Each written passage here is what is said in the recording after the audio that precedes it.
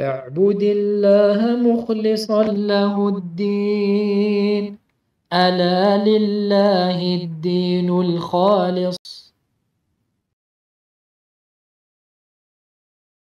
الحمد لله وحده والصلاة والسلام على من لا نبي بعده وعلى آله وأصحابه أما بعد. Mes frères, Allah tabarak wa ta'ala, craignez Allah Jalla wa ala d'une vraie crainte. Mes frères et mes sœurs, sachez qu'Allah Jalla wa ala a instauré des adorations diverses et variées. Il en a imposé certaines et a légiféré certaines d'entre elles dans la religion et a mis en elles des fruits inestimables pour le cœur des croyants, des fruits inestimables pour le cœur de ceux qui accomplissent leurs adorations comme Allah Jalla wa ala le veut. De la manière dont Allah Jalla wa ala veut et agrée et accepte. Parmi ces adorations, il y a évidemment la prière, la zakat, le jeûne, le pèlerinage et d'autres formes d'adoration diverses et très nombreuses. Et il ne fait aucun doute que ces adorations suscitent dans le cœur des croyants la véritable foi en Allah Jalla wa ala. Elle suscite le rappel du droit d'Allah et l'accomplissement du bien et le délaissement du mal qu'Allah et son messager sallallahu alayhi wa sallam détestent. Cette prière à propos de laquelle Allah Jalla wa ala il a dit dans le sens observe la prière car la prière préserve de la turpitude et du blâmable. Et le rappel d'Allah est ce qu'il y a de plus grand encore. Et Allah sait parfaitement vos agissements. Donc Allah Jalla wa ala ici, il a exposé le fait que la prière préserve à condition que le serviteur l'accomplisse en respectant ses piliers, en respectant ses obligations et ses conditions et en s'efforçant d'appliquer ses sunan, car ainsi elle le préservera du blâmable et de la turpitude. Donc sache, ya Abdallah, que si malgré ta prière, malgré tes prières quotidiennes, cela ne t'éloigne pas du mal, ne t'éloigne pas du péché, ne t'éloigne pas du blâmable et de la turpitude, tu dois revoir ta prière. Tu dois examiner ta prière. Car Allah Jalla wa ala, il te dit que la prière t'éloigne de ces choses-là. Donc si tu ne t'éloignes pas de ces choses-là, malgré tes prières quotidiennes, revois ta prière. Regarde si elle est bien faite. Regarde si tu es concentré dans ta prière. Regarde si tu respectes bien les obligations de la prière, les piliers de la prière, les conditions de la prière, les sunan.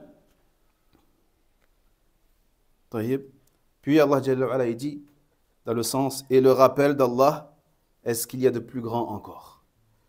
Qu'est-ce que cela veut dire? Les savants ont dit, par rapport à ce que la prière contient, de rappel d'Allah, de crainte envers Allah, d'accomplissement du cœur, de rappel d'Allah, le rappel d'Allah est plus grand encore que ce qu'elle fait comme préservation du mal et du blâmable.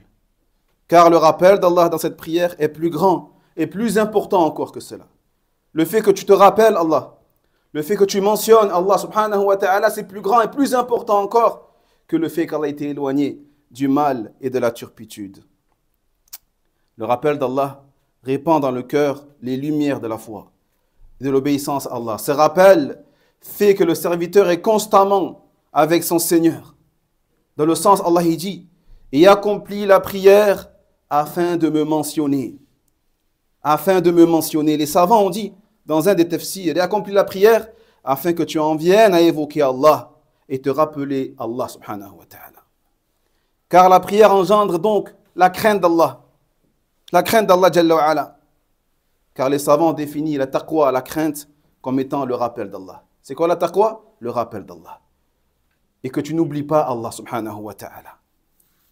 Il ne fait aucun doute que le rappel d'Allah est indispensable. C'est la même chose, c'est même la chose, Afwan, la plus indispensable parmi les types d'adoration. Car lorsque le serviteur se rappelle de son Seigneur Jalla wa ala, il n'y a pas un instant sans qu'il ne se rappelle de lui, quoi qu'il fasse.